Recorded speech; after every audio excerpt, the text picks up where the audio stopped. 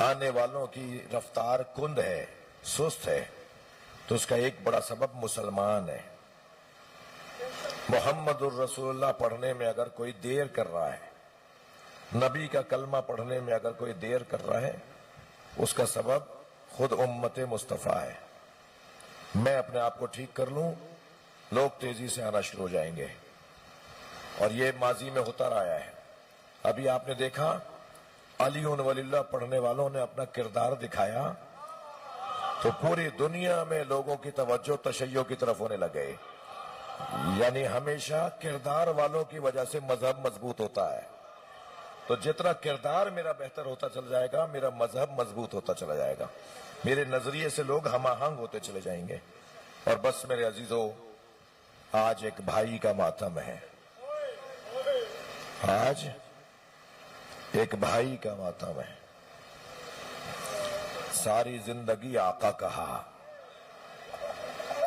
مولا کہا، بس یہ لائٹ نہیں چلانا باہر کی، بس ٹھیک ہے، مزید کوئی لائٹ نہیں چلائیں۔ ساری زندگی میرے مولا نے مولا حسین کو آقا، مولا، سید، سردار، بھائی ہے نا۔ مولا علی کے بیٹے مولا حسین بھی ہیں، مولا علی کے بیٹے مولا عباس بھی ہیں، مگر ماں نے کہہ دیا تھا یہ تمہارے بھائی نہیں ہیں، تمہارے آقا ہیں، تمہارے مولا کے بیٹے ہیں، تم ان کے غلام ہو، تم ان کے غلام ہو۔ ساری زندگی جو ماں کا پڑھایا سبق تھا نا، اسی کو دہراتے رہے۔ آقا حسین آ رہے ہیں، مولا حسین آ رہے ہیں۔ جی عزادارو، یہ جو آقا حسین اور مولا حسین کہنے والا ہے، اس کی 36 سال کی محنت ایک طرف، اور اس کا کمال یہ ہے، یعنی مولا عباس کا کمال یہ ہے کہ حسین مولا آخری وقت میں کہہ رہے ہیں ایک دفعہ بھائی بول دو۔ ساری زندگی مولا کہا، ایک مرتبہ بھائی بول دو، کبھی بھائی کہہ کے نہیں پکارا، مگر جیسے ہی بھائی کہا ایسے ہی آواز آئی، واہ عباسا، اجرکم اللہ، اجرکم اللہ۔ آپ کی آوازیں بلند ہو گئیں، اللہ آپ کو کسی غم میں نہ رلائے، جو جہاں بیٹھا ہے پرسہ دے گا۔ آج کی مجلس کا تو رنگ ہی کچھ اور ہے، آج تو اس کا ماتم ہے جس کے آسرے پہ زینب آئی تھی، آج تو اس کا ماتم ہے جسے دیکھ دیکھ کے سکینہ کو حوصلہ ملتا تھا، آج تو اس کا ماتم ہے جنہیں دیکھ کر امام حسین کا چہرہ کھل جاتا تھا۔ آج میں یہ لفظ کہہ دوں، آج اس کا ماتم ہے جو مولا حسین کے کمر کا زور تھا، زور کمر۔ مولا عباس، مولا علی نے اپنے بھائی جناب عقیل سے کہا، بھائی عقیل، انظر الی امرأۃ، کوئی ایسی خاتون دیکھو کہ جس سے میں شادی کروں، قد ولدتھا الفحولۃ من العرب، جو مجھے شجاع بیٹا عطا کرے، جو کل کربلا میں میرے حسین کے کام آئے۔ حضرت عقیل نے فرمایا کہ قبیلہ بنی کلاب میں ایک خاتون ہے جس کا نام فاطمہ کلابیہ ہے، میں ان کے والد حزام سے آپ کا رشتہ مانگ سکتا ہوں۔ مولا نے فرمایا جاؤ، جا کے مانگو۔ حضرت عقیل رشتہ لے کر گئے، جناب فاطمہ کلابیہ سے مولا علی کا عقد ہوا۔ ام البنین تو نام بعد میں ہوگا نا، اور بتا دوں کیسے ہوا۔ جب بیاہ کر لائی گئی نا، پہلے دن ہی علی مولا نے فاطمہ پکارا تو کچھ ہی دیر میں مولا کے سامنے آ کے بیٹھ گئی اور کہنے لگی، میری مولا، میرے سردار، آپ نے فاطمہ کہا تو زینب کی آنکھوں میں آنسو آ گئے، ام کلثوم رو رہی ہیں، انہیں اپنی ماں زہرا یاد آ گئی۔ فرمایا آج کے بعد ہم تمہیں کنیت سے پکاریں گے، ہم آج کے بعد تمہیں تمہارے بیٹوں کی وجہ سے پکاریں گے. تو اب تمہاری کنیت ہے ام البنین، بیٹوں کی ماں. جو بیٹوں کی ماں ہو، ذرا ان ماؤں سے تو جا کے ملیں جن کے بیٹے جوان ہو جاتے ہیں. میرا بیٹا فلاں آفیسر ہے، میرا فلاں بیٹا وہ فلاں جگہ بڑی پوسٹ کے اوپر ہے، میرے 4 بیٹے ہیں، میرے 10 بیٹے ہیں، میرے 8 بیٹے ہیں. کوئی ان ماؤں سے تو پوچھیں جن کے بیٹے کسی قابل ہو جاتے ہیں. سلام ہو جناب ام البنین پر. ایک بیٹا عباس، باب الحوائج، ساری دنیا جس کے دروازے پر آتی ہو، حق نہیں ہے اس کی ماں کو کہ فخر کرے میں عباس کی ماں ام البنین. اجرکم اللہ، اجرکم اللہ. ایک بیٹے کی خواہش تھی مولا علی کی. جناب ام البنین کے ذریعے اللہ نے 4 بیٹے عطا کیا ہے. مولا عباس کے 3 اور بھائی ہیں جو اللہ نے جناب ام البنین سے مولا علی کو اولاد عطا کی ہے. کیا ماں ہے. مگر میرا دل کہہ رہا ہے، یہی میرا دل کہہ رہا ہے کہ پہلے اس ماں کو سلام کر لیں. روزانہ جنت البقیع جاتی ہے، اپنی انگشت شہادت سے 4 قبروں کے نشان بناتی ہیں اور ایک مرثیہ پڑھتی ہیں، لا تدو بیکا ام البنین، مجھے ام البنین مت پکارا کرو. ام البنین تو بیٹوں کی ماں کو کہتے ہیں. میرے وہ بیٹے کہاں ہیں جن کے میں ماں ہوں. اجرکم اللہ. جب حضرت عباس پیر چلنے لگے نا تو ہاتھ پکڑ کے چلاتی تھی اور کہتی تھی عباس تمہیں کربلا کے لیے مانگا ہے، عباس تمہیں کربلا کے لیے تمہارے بابا نے مانگا ہے. جو 36 سال سے کربلا کا انتظار کر رہا ہو، کربلا میں اس سے کہا جائے تلوار دے دو، جاؤ بچوں کے لیے پانی لے کر آؤ. اجرکم اللہ. پہنچ گئے میرا مجمع.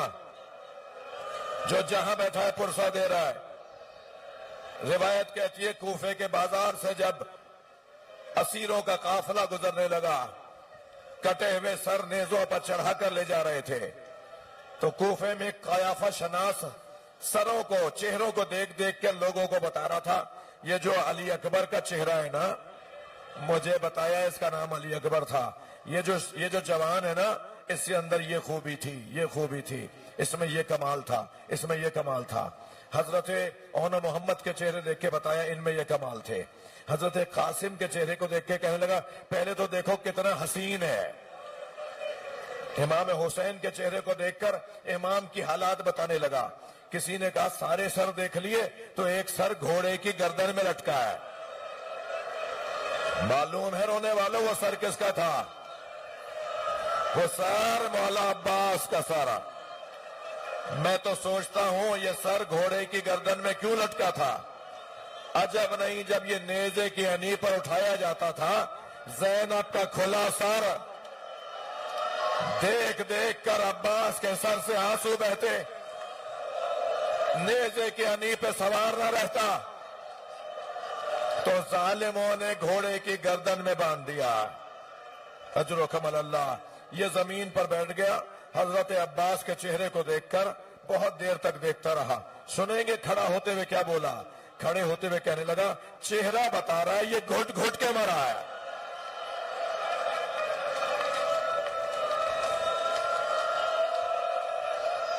اجرکم اللہ، اجرکم اللہ. اس کی آرزویں پوری نہیں ہوئی، جو یہ چاہتا تھا وہ نہیں ہوا. میں آپ کے ساتھ مل کر جناب ام البنین کو سلام کر رہا تھا نا. بڑا جگر ہے اس ماں کا، بڑا حوصلہ اس ماں کا. 4 بیٹے، چاروں کربلا میں شہید. ایک بیٹی جو لاہور میں دفن ہے، بی بی رقیہ بنت علی. یہ حضرت مسلم کی زوجہ ہیں جو لاہور میں. بی بی پاک دامن یہ حضرت مسلم کی زوجہ ہیں. اور کس کی بیٹی ہیں؟ بی بی ام البنین کی، مولا عباس کی بہن ہے. آج 8 محرم کی مجلس میں ان کی بہن کا ذکر نہیں ہوگا. ان کے 6 بچے، 6 کے 6 جناب ام البنین کے نواسے، نواسیاں، 2 نواسیاں 4 نواسے، 6 کے 6 نواسے نواسیاں بی بی ام البنین کے حسین پر قربان ہو گئے۔ میں کیا بتاؤں آپ کو، کوئی اونٹ سے گری، اونٹ نے پیر رکھا، اس بچی کا مزار شام میں ہے، کوئی کربلا سے کوفہ جاتے ہوئے سر پہ پتھر لگا، اس بی بی کے سر سے خون بہنے لگا، اس بی بی کا مزار کوفے کے رستے میں ہے۔ 4 نواسے تھے، 2 مسلم کے ساتھ شہید ہو گئے اور 2 کربلا میں شہید ہو گئے۔ بڑا جگر ہے بی بی ام البنین کا۔ بشیر ابن جزلم کہتے ہیں کہ جب قافلہ مدینے میں واپس آیا نا تو امام سجاد نے فرمایا بشیر جا کے مدینے میں سنانی سناؤ، جا کے بتاؤ حسین کا لٹا ہوا قافلہ آ گیا۔ بشیر نے کالا علم ہاتھ میں لیا، بھائی جن کے مذہب میں رونا جائز ہے تکلف نہ کریں، میں ایسے ہی پڑھوں گا مصائب، جس کا ذہن جا رہا ہے وہ اپنی آنکھوں میں آنسو لا کر اپنی عبادت کا خود اہتمام کرے۔ بشیر نے کالا علم ہاتھ میں لیا، مدینے کی گلیوں میں مرثیہ پڑھنا شروع کیا، یا اہل یثرب لا مقام لکم، اے مدینے والو اب مدینہ رہنے کی جگہ نہیں رہا، مدینے کے سرداروں کو مار دیا، مدینے کے مالکوں کو مار دیا۔ بشیر مدینے میں مرثیہ پڑھتے پڑھتے جب محلہ بنی ہاشم میں داخل ہوئے نا اور پہلی مرتبہ انہوں نے آواز لگائی اے مدینے والو مدینہ رہنے کے قابل نہیں رہا، تو ایک گھر کا دروازہ کھلا، ایک طویل القامت بی بی باہر آئی، ایک دراز قد بی بی باہر آئی جس کے ہاتھ میں عصا تھا، کاندھے پہ بچہ بیٹھا تھا۔ آگے بڑھ کے کہنے لگی بشیر کس حسین کی بات کر رہے ہو؟ بشیر نے کہا میں جان سکتا ہوں آپ کون ہیں؟ بشیر نے کہا مجھے بتائیے میں کس سے بات کر رہا ہوں؟ تو آواز آئی میں عباس کی ماں ام البنین۔ بشیر کہتے ہیں میرے ہاتھ پیر کانپنے لگے، میں علی مولا کی زوجہ سے کیسے بات کروں، میں عباس کی ماں سے کیسے بولوں؟ میں نے کہا بی بی آپ کے عباس کا حال سناؤں؟ کہا نہیں مجھے حسین کا حال بتاؤ۔ میں نے دوسرے بچے کا نام لیا، عثمان کا حال بتاؤں؟ کہا نہیں مجھے بتاؤ حسین کے ساتھ کیا ہوا۔ میں نے کہا اون کے حالات بتاؤں؟ کہا میں تم سے کہہ رہی ہوں بتاؤ حسین کے ساتھ کیا ہوا۔ میں نے کہا بی بی جعفر کے حالات سن لیجئے۔ کہا نہیں مجھے بچوں کے حال مت بتاؤ، مجھے حسین کا حال بتاؤ۔ میں نے کہا بی بی حسین کو کربلا میں پیاسا مار دیا۔ جیسے ہی میں نے کہا بی بی حسین کو کربلا میں پیاسا مار دیا، اس بی بی نے زمین پر پیر مارا اور کہا عباس کہاں تھا جب حسین کو مارا جا رہا تھا؟ عباس کہاں تھا؟ میں نے کہا بی بی عباس کے بازو کاٹے جا چکے۔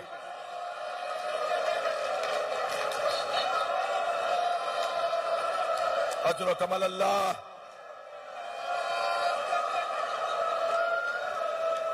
اجر و کمل اللہ، اللہ ان آوازوں پر رحمت نازل فرمائے۔ دیکھ رہے ہیں مولا عباس آپ کو، دیکھ رہے ہیں مولا عباس۔ یہ جو چہرہ بگڑا ہوا چہرہ ہے نا، روتے ہوئے چہرہ بگڑ جاتا ہے نا، یہ جو بگڑا ہوا چہرہ ہے یہ زہرا کو بہت اچھا لگتا ہے، یہ جناب زہرا کا پسندیدہ چہرہ ہے۔ جسے رونا نہیں آ رہا وہ آنسو مانگے، جس کے آنکھوں میں آنسو نہیں آئے نا وہ اللہ سے کہے یا اللہ ایک آنسو کا قطرہ۔ آج 8 محرم کی مجلس ہے، بار بار آ کے کھڑے ہو جاتے ہیں مولا مجھے جانے کی اجازت ہے۔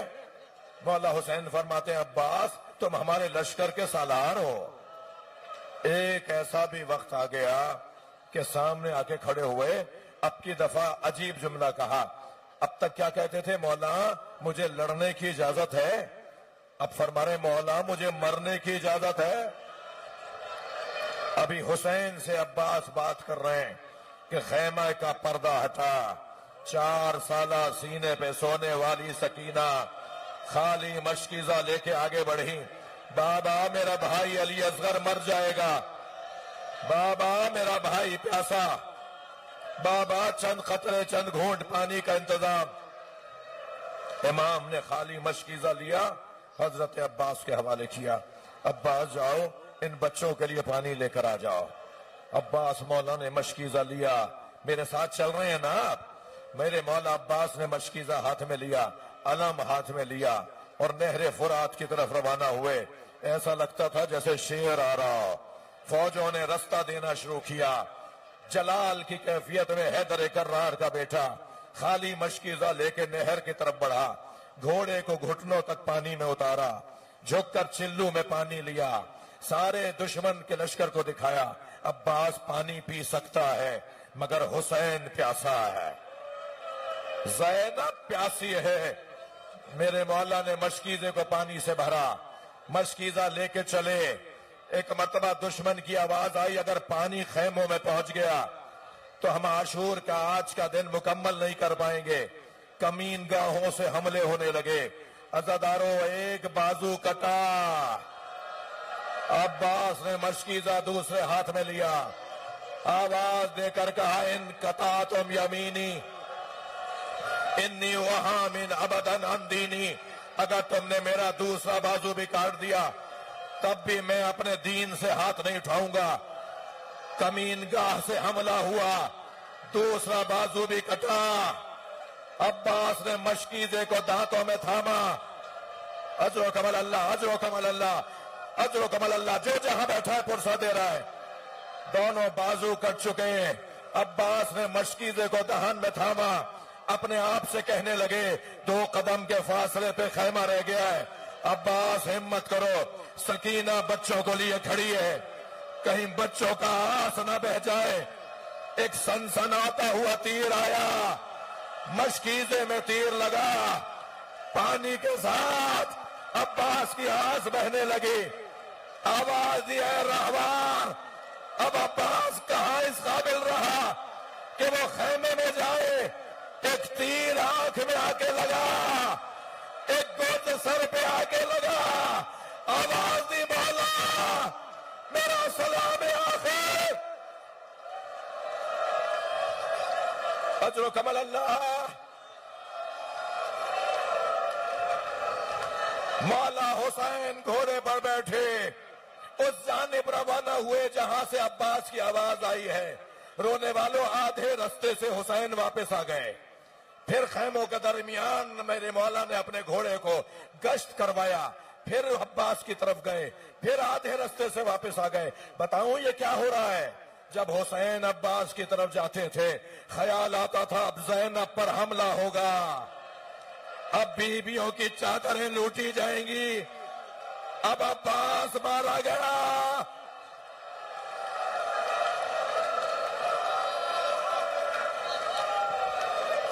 اللہ مجھے حوصلہ دے, اللہ کرے میں پڑھ سکوں. میرے مولا اپنے گھوڑے پر بیٹھ کر مولا عباس کی طرف روانہ ہے. سنیں گے رونے والوں, چلتا دوڑتا گھوڑا رک گیا. امام نے گھوڑے کو پیار کرتے ہوئے فرمایا میرا بھائی بلا رہا ہے. امام ذوالجناح کو چابک نہیں مارتے تھے, فرمایا میرا بھائی بلا رہا ہے, مجھے جلدی لے جا. گھوڑے نے بار بار اشارہ کیا. امام نے جو مڑ کے دیکھا عباس کا کٹا ہوا ہاتھ تڑپ رہا تھا. حسین گھوڑے سے اترے, بھائی کا بازو اٹھایا, گھوڑا کچھ آگے بڑھا, پھر رکا, پھر اشارہ کیا. امام نے مڑ کے دیکھا دوسرا کٹا ہوا بازو. اب 2 بازو اٹھا کے چل رہے ہیں. میں آپ رونے والوں سے پوچھوں, سوچ رہے ہوں گے نا جس کے بازو کٹ گئے وہ گھوڑے سے کیسے گرا.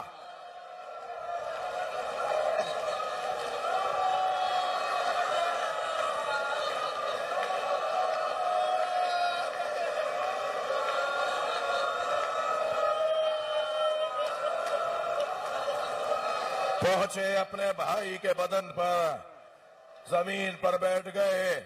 عباس کا سر اپنے زانو پر لیا, مولا عباس نے سر ہٹا دیا, پھر زانو پر لیا, پھر ہٹا دیا. فرمایا عباس اپنا سر کیوں ہٹاتے ہو؟ کہ مولا یہ شہزادوں کی جگہ, مولا یہ علی اصغر کی جگہ ہے. کہاں مولا کا زانو, کہاں مجھ غلام کا سر. پیشانی کا بوسہ دیا.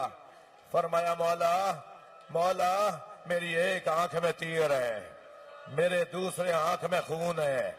اگر میرے بازو سالم ہوتے تو میں زحمت نہ دیتا. مولا میری آنکھ کا خون صاف ہو جائے تو میں جاتے جاتے آپ کا دیدار کر لوں. جب دنیا میں آیا تھا تو پہلا دیدار آپ کا اب دنیا سے جا رہا ہوں، آخری دیدار آپ کا کرنا چاہتا ہوں۔ میرے مولا نے اپنی ابا سے اپنے ہاتھ سے عباس کی آنکھ کا خون صاف کیا۔ سنیں گے عزادارو؟ فرمایا عباس کوئی وصیت ہو تو کرو کہ مولا میرا لاشا خیمے نہ لے جائیے گا۔ رونے والوں کیوں کہہ دیا کہ میرا لاشا خیمے نہ لے جائیے گا؟ دو سبب ضرور تھے، جس کی کمر ٹوٹ گئی ہو وہ لاشا کیسے اٹھائے گا؟ اور دوسرا سبب بتا دوں، اگر لاشے پہ سکینہ خالی کوزا، چچا پانی کہاں؟ اے میرے چچا پانی لاؤ۔ میرے مولا نے جب آنکھ کا خون صاف کیا، عباس مولا نے دیکھنا شروع کیا کہ مولا میں نے آپ کا دیدار کر لیا، بس اتنا بتا دیجئے آپ مجھ سے راضی ہیں؟ میرے مولا نے پیشانی کا بوسہ لیا اور فرمایا عباس ساری زندگی آقا کہا، عباس ساری زندگی مولا کہا، ایک مرتبہ بھائی بول دو، یہاں یا اخی کہا، وہاں ایڑیاں رگڑنا شروع کی، آواز آئی انا للہ۔ حسین نے علم اٹھایا، خیموں کی طرف روانہ ہوئے۔ سکینہ نے کہا بچوں آؤ، میرا چچا پانی لا رہا ہے۔ جب خالی علم آیا، عباس نظر نہ آئے، کہا میرے بابا چچا کا سکینہ انتظار نہ کرو۔ عباس نے نہر بسا لی، ماتم حسین